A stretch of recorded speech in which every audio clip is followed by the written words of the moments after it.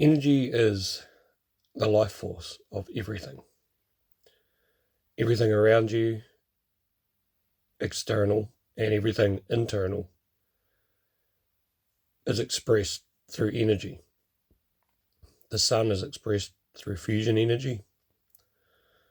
The earth through the way nature moves and works, through its rotation. People through food that we put in, which contains energy, which we then consume and transfer that energy into physical or mental expression or movement. Now, if everything is energy, then that means everything needs energy to be alive, to run. It's like our DNA carries our personal blueprint, and the energy we receive energizes that DNA to play out our blueprint. Part of living in the flow is living within the flow of that blueprint. And that's what they call allowing and accepting what is, and living within whatever comes to you, but not being attached to it, because that is the flow and the ebbs and flows of life. Some things come, some things go, and that's for the purpose of experience and to learn from and to grow. And that's precisely what DNA is. It's to energize our evolution and the information contained within our DNA. And as it's energized and developed, the energy we consume is to express that DNA and that blueprint. And we can choose to express that energy how we like. That's what we call free will. We have free will to make choices and to choose what we would like to experience, but we don't necessarily get to decide the outcome, because our blueprint determines what you will learn along the way. If you are too attached to anything that comes to you, or too defiant and resistant to it, that's when you step out of the flow. That's when you are trying to create too hard what you think you need, rather than allowing what you need to come to you through the flow of energy. If you're too resistant to something, you're trying to push away what needs to come to you, trying to push it out of the flow of energy. If you just allow, you're allowing the energy to come to you, and by allowing the energy in at the frequency it's meant to come into, without any resistance, without any insistence, it energizes that DNA, to energize your blueprint. And that's how you live in the flow. That's how you receive what you need, as you need it, and when you need it. Not what you want. What you need is a big difference. Sometimes the two things may coexist, or may come to you at the same time. Or you may have an intuition or an inner knowing that what you need is also what you want. That's just the inner knowing that it feels good. And sometimes by something feeling good, it becomes what you want, because you know it's healthy for you. Whether it's for a challenge, whether it's a lesson, or whether it's just enjoyment. If you want it and it also aligns up with what you need, the feeling is even stronger than just something you want and are trying hard for but can't obtain. So the energy flowing in, if you allow it, is to highlight who you are to yourself, without any resistance, without any definition of how it needs to be. If you don't have any definition, that energy will place you where you need to be, when you need to be there, to receive what you need to receive. Now, there's no such thing as junk DNA. They try and say there is. I can only assume that is DNA which is not yet activated.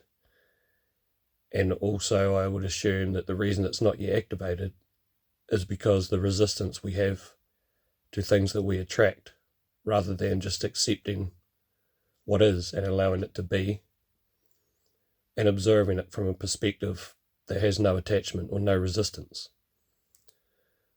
If you just allow something to come in, experience it, it will flow on if it's not meant for you. It's just an experience and a lesson. Likewise, if you allow something to come in and you pay plenty of attention to it because you enjoy it or you love it, it's more likely that whatever that experience is that came in will hang around longer, because love is attention. Attention is love. What you pay attention to, you are paying love to. And love attracts love. It's the same frequency. So love comes from that blueprint. Your blueprint, your DNA knows what you love. So when you allow things to come into you as they need to, and you can observe them rather than be consumed by them, you can start to notice what's coming to you for growth and what's coming to you because it needs to play a bigger part in your life. This can sort of be looked at as when you have children. They don't come in and then leave straight away. They come in and they stay because there's plenty of growth there. There's plenty of reflection. There's plenty of your own personal ego shows in your children. And that's one of the biggest challenges with your children, is when they perform any action that you experience and you show resistance to, or that you don't like, you're only showing resistance to your own ego, rather than allowing it and observing it, and observing where the energies they're expressing came from, which is from you as a parent. The faster you understand that what they are expressing is really a reflection of the energy that you carry, then you are becoming the observer rather than allowing that energy to become an attachment of you. And if you become an observer, the flow will flow in and out as it needs to. If you become attached or forcibly detached, you're not going to escape that energy. It'll come to you until you understand what it is, until you understand the lesson that was meant to come with that energy. Whether that's a child's bad behavior or a child's bad language, or they won't eat the right foods, or they don't go to sleep at the right time. Until you understand that that energy has come from you one way or another, you'll keep attracting that same lesson until you learn it. If I've noticed personally, if you're, I would say, a little bit harsh or hard on your child early in the morning or before lunchtime, then you'll pay for that at bedtime. It'll take that little bit longer for them to go to sleep, for them to settle down. So to me, I've noticed I get that reaction reflect to me within the same day. You get what you give. You attract what you are. Not always straight away. Sometimes 8, 10, 12 hours later. But if you're putting out the energy of being not understanding, then when you're trying to get your child to sleep so you can chill out for the day, they will be not understanding back. And it's not to harm you, it's for you to learn that lesson that you're receiving what you gave out earlier.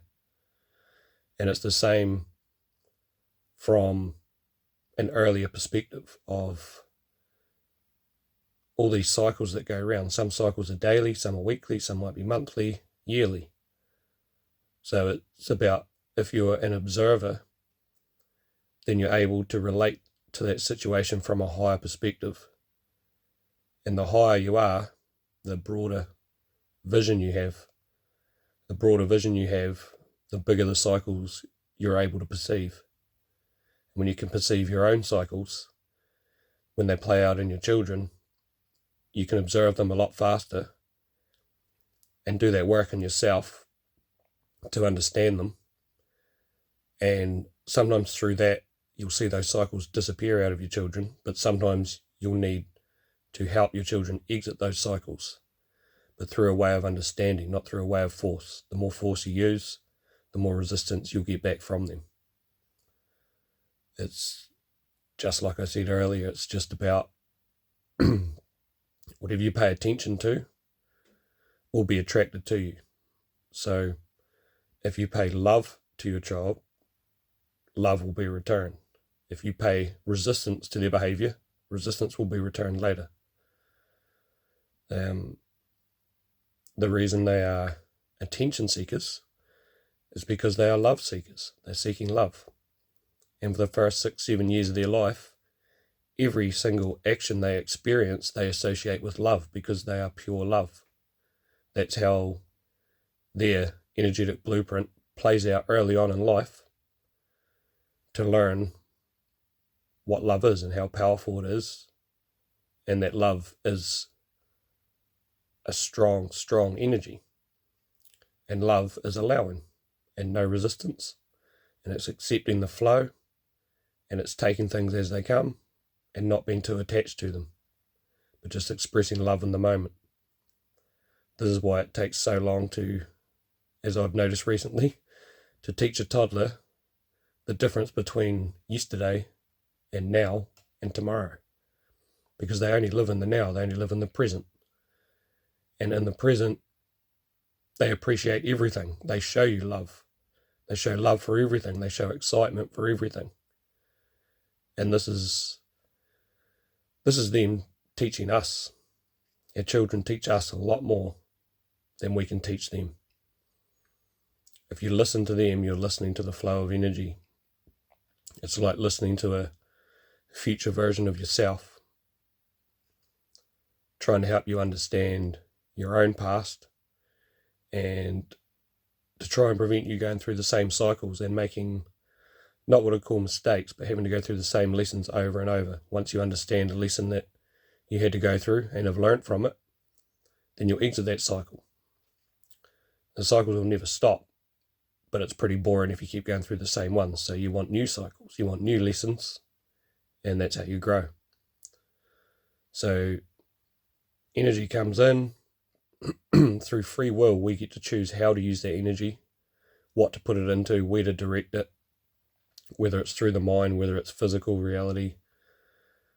But that's what free will is. It's the choice of how to use that energy. But within that energy, it doesn't matter where you are, what you're doing, how you express it. There's still a certain, what people might call divine timing of experiences, depending on where you are in your path of evolution. But at each time, there's lessons to be learnt along the road. So it doesn't matter what town, what country, where you are, whatever point of evolution you're in, there's a certain lesson associated with that point of evolution. And it will come to you at that time, regardless of your actions.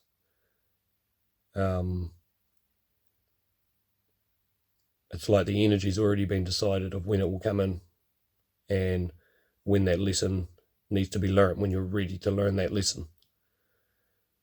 So energy follows the blueprint. Energy brings what you need when you need it. That's why resistance and attachment blocks the flow of energy, because you're saying no to something, or you're saying yes to something else, which gives definitions of who you are, and it doesn't allow openness of new energies to come in to give you lessons to change who you are, to express and to evolve. So yeah, that's probably about all I've got on energy at the moment.